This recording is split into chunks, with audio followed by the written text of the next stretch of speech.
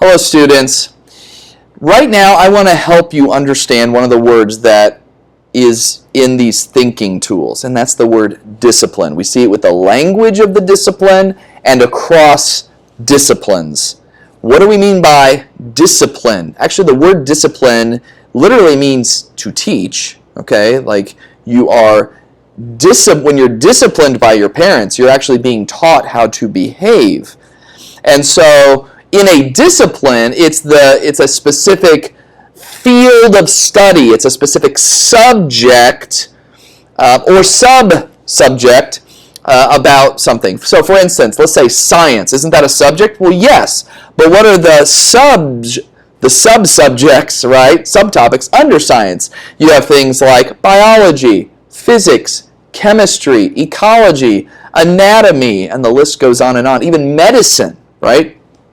Then you have another field of study, which is language arts. So you have things like writing, poetry, the tools of an author, the English language. Then you have foreign languages, which is also under languages. So all of those things are fields of study. Then you have social studies, things like the economy, history, which is usually the only one you're thinking of, geography, sociology, psychology, agriculture, which is also kind of with science, but they kind of go together.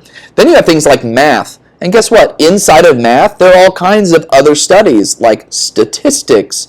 And then you can get into just abstract math. And you can get into applied math. There's all these different, you probably didn't know this, but there's lots of different maths out there that you can jump into, or subcategories. I shouldn't say maths. That's probably not even a word, but that's okay.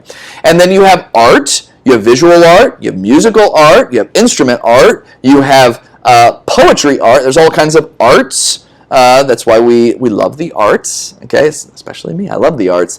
The fact that I'm speaking right now, this is a type of art, but I'm also using technology, which is another field of study, in order to express an art. So these are all disciplines.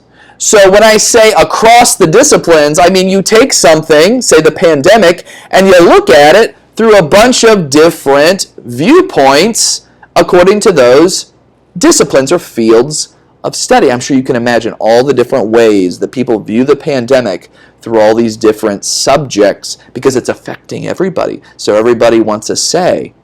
Okay? And then the other one is the language of the discipline.